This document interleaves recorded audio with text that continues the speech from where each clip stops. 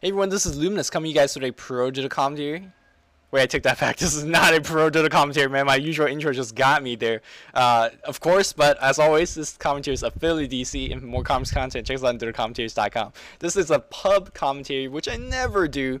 A couple of reasons I'm actually doing a pub commentary. One, I'm using this commentary as a test. A technical test for my commentary. As you noticed from my last commentary, some black screens, and I do apologize for that. I talked to Ian James Barnett, who has some experience with these black screens, and he gave me some tips to hopefully get rid of it. He actually don't know exactly what is causing it either. So hopefully, if you see the black screens this commentary, then I apologize. Hopefully I'll fix it in the nearby future. If you don't see the black screens, then all is good. The second reason I'm casting this pub game is this is actually the winner of the Dota Weekly Show first ever challenge, and I was planning to just throw them a 2-minute praise within the show itself, but I was like, hey, you know what, why not two birds one stone? Yeah, that's how. Yeah, two birds one stone. You could hit two birds with one stone. I feel like I need to explain it to actually prove my English coherence and how great I'm speaking English. So just saying. So yeah, they're the winner, Team Spark. This challenge is a team challenge, which is designed for 5 players to commit, or 4 or 5 players to do it. Of course, you could do the challenge by yourself, but it's not nearly as challenging. The challenge, by the way, is throughout the entire game, you can only use two inventory slots on your hero out of your 6. So the point of the challenge is really to make you think about what are really my core items. Don't buy those superfluous items that you don't need. Hey, it's TP Skirl, a superfluous item. Maybe we'll find out in this game. Of course, it goes without saying that this is a pub game, so we're for sure the quality level is not usually not gonna be the same from the replay that I usually cast. But with that set in your mind, hopefully we could enjoy this game. So let's look at the heroes that we have picked. Not all heroes are picked. That's very common. One thing I want to point out is that look at so many crows. Look at all that crow. Hey, if you're only gonna use 2 inventory, you're gonna have a lot of gold for a whole bunch of other stuff. And my war keys, my health bar is not showing. I could remedy that right now. 1 second. There we go. So we're going to have, if we want to look at the heroes, right, we have a Tiny, a Crobulus, a Venomancer, a Shaker, and a Morphling. And I think Crobulus and Morphling is going to have some trouble with this challenge because they are carries and they need a lot of items. As we see this Lion being very aggressive. Is he baiting? What the hell is going on? He's actually running past the Tiny and he's going to be in trouble. Oh no, Nyx pops out Invisdrin and now Tiny going to be in trouble. So it's going to be Open Wound. Yes, Open Wound on the Tiny. Tiny definitely going to go down. First Blood, it's going to go to the Nyx. And now Venomancer might get a kill on the Lion's gonna try to juke us. My camera jukes back here, and now we have Venomancer wards, and man, we're gonna see some electric moment. Give me a ward trap of something here, but no, Impale goes in. Nyx doing some right clicks, and that's a double kill for that Nyx. Meanwhile, Lion very low shoot, pops a Tango. He's gonna be fine. Attack that damn ward. Attack that damn ward, man. That was some electric moment, not really, but it was pretty good though. So Nyx, right off the bat, picks up double kill. Sentinel is Luminous' team, right? They're competing the Luminous challenge. So, by default, they're the Luminous team. So I'm going to just put my camera on them, and hopefully they won't suck dick. Meanwhile, we have the Shaker coming up here. I'm going to play close attention to these guys and check, what item they have. And right now, everyone is, following the rules. Of course, I'm sure that they sent in the replay, of course they would be following the rules. Shaker is going to come around for a Fisher Trap, but there's a lot of creeps here, so even if you do a good Fisher Trap, it's not going to do too much. I mean, men, pubs nowadays are pretty pro. They've been denying, harassing. Here comes the Lion. Lion should be doing some pot shots. Nyx is like, yo, you stun me, I get some health back. No P. MP, no P. Alright, let's look at the mid lane a little bit. We have a Crobulus against a Bloodseeker, I want to say. Yeah, that's a Bloodseeker in lane. The reason I'm actually keeping the Fog of War on is kind of to relive within the moment of Team Spark. And it looks like we're going to see some peanut butter crawling. Hey, why the heck not, man? Bottle is a very cheap item, and it never hurts to have a bottle. It never hurts. But I'm sure that Crobulus is going to sell this bottle because, you can't really use a bottle and take up one of your precious 2 inventory slots outside the laning phase. Meanwhile, on the bot lane here, we have the Morphling against a Lina and a Magnus. Meanwhile, a little bit of engagement going top lane, just a little bit harassing and creeping. So we have a tri-lane top on the Sentinel. That's pretty try-hard against a Nyx Lion lane. That's actually a very good lane. As we see, the Nyx got for a Glove of Haste. I don't even know why. Is he rushing Midas? I suppose that's If you're rushing Midas, that's not bad. As we see, dude, that was time. That was time for a Venomous scale. As we see these guys being so aggressive. Is this Venomancer Asian? Is that why? You know, short Venomous Penis Strike. Maybe. I don't know. Maybe he did not have the confidence that would be long enough to hit. That is another Penis Strike that he could have hit, and these guys could have followed. They have a lot of stun, a lot of nuke damage. It's a shame that the Sentinel Tri-Lane is not taking advantage of the fact that they have 3 nukes and stuff. And looks like Crobulus is gonna take bottle curling. They're gonna take Pinoy to a whole new level. What is this? That's dual bottle curling. Hey, you know, you can only use 2 inventory slot on your hero, but there's no what you call limitation on crows, right? There's no limitation on crow inventory slot. Dude, Shaker, get a perfect trap, man. That was gonna be another kill. But anyways, so I did receive a couple replays. I think like 9 or 10. I wish that was, or I expected a little bit more. But you know, 9 or 10 is actually pretty good considering that it was my first challenge. So I saw some very, very creative ones. I saw one replay had basically he had like boots and necessities on the hero, like boots and TP scrolls and whatnot, and then he just built everything on his crow. Got a a Seal Booster and went Dagon 5 and just used a crow for some massive killing. That was really, really sexy to watch. And then the entire team did that. It wasn't just one, but it got a little bit repetitive, and the game was very, very stompy. So that's the reason I didn't cast that one.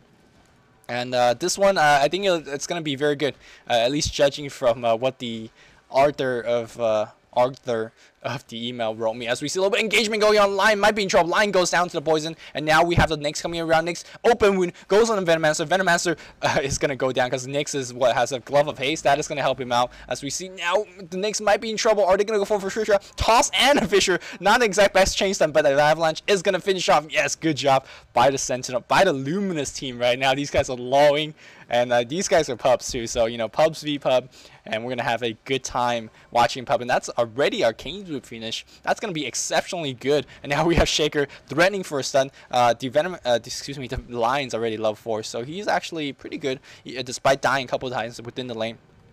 And now let's see how Crobulus is going to be doing. Crobulus, level 6, still doing that dual bottle crawling, and he's going to be fine, or she's going to be fine. I'm just a little bit worried for him, because you know, if you don't have a TP score against the Bloodseeker, you're going to be in deep shit once you have the mana. He doesn't right now because he's actually spamming Blood Rage. I don't even know why you want to spam Blood Rage, because that doesn't do shit in terms of damage. So meanwhile, looking top lane, we have a 4 Shaker, 5 Tiny. Oh, that's a nut. Okay. Alright, that might have been a little bit outrange as he's tying very, very aggressive. He's going to run straight in, and here we go. There's an Avalanche. There's going to be a Shaker.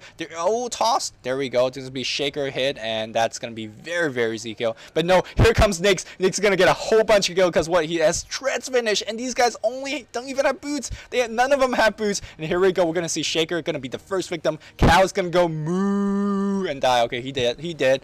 And now we have the Tiny coming around. Tiny, man, this Nyx is going to go absolutely crazy here. We have a teleportation coming in as well, and there's a Grand Magus, not Magnus, Magus, that's the correct pronunciation. Veno tries to TP out. No way in hell is going to come out. Another double kill goes to a Nyx, and now we have Grand Magus. I'm going to call him Rubik's. Very easy. A lot easier to pronounce. Rubik got another kill, so good TP from Rubik, noticing the dive, and this makes me think, hey, you know, pubs are getting a little bit better nowadays. You know, they're carrying TP scrolls, or lasting. Look at that Nyx going like crazy. So they're not, you know, as pubbish as we all think.